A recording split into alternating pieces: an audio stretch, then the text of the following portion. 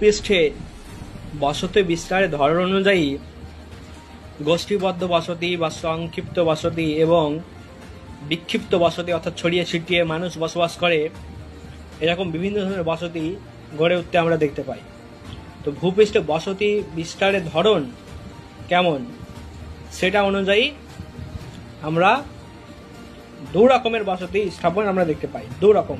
সেটা হলো, একটা হলো বিক্ষিপ্ত বসতি আর একটা হলো গোষ্ঠীবদ্ধ বসতি বিস্তারের কারণগুলো আলোচনা করো। তো গোষ্ঠীবদ্ধ বসতি বিস্তারের কারণগুলি হলো, সেগুলো সম্পর্কে আলোচনা করা হলো। নাম্বার 1, গোষ্ঠীবদ্ধ বসতি বিস্তারের যে কারণ তা হলো মানুষ বা সমাজবদ্ধ জীব।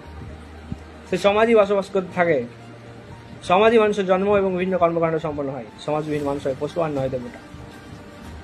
এই ধর্মের জন্যই গোষ্ঠীবদ্ধ বসতি গড়ে ওঠে। 2 নম্বর হলো ভয়। মানুষ যদি একা থাকে তবে সে যথেষ্ট পরিমাণে ভয় পাবে।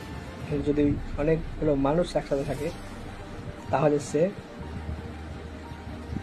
অথবা সে একজন নির্জন মাঠে যদি কিংবা কোনো একটি এলাকায় নির্জন, যেখানে আফ্রিকার মতন এলাকা, যেখানে আফ্রিকার রেইন ফরেস্ট রয়েছে, সেখানে যদি থাকে তো বলা হয় সেই সকল এলাকা মানুষের জন্য উপযুক্ত নয়। তো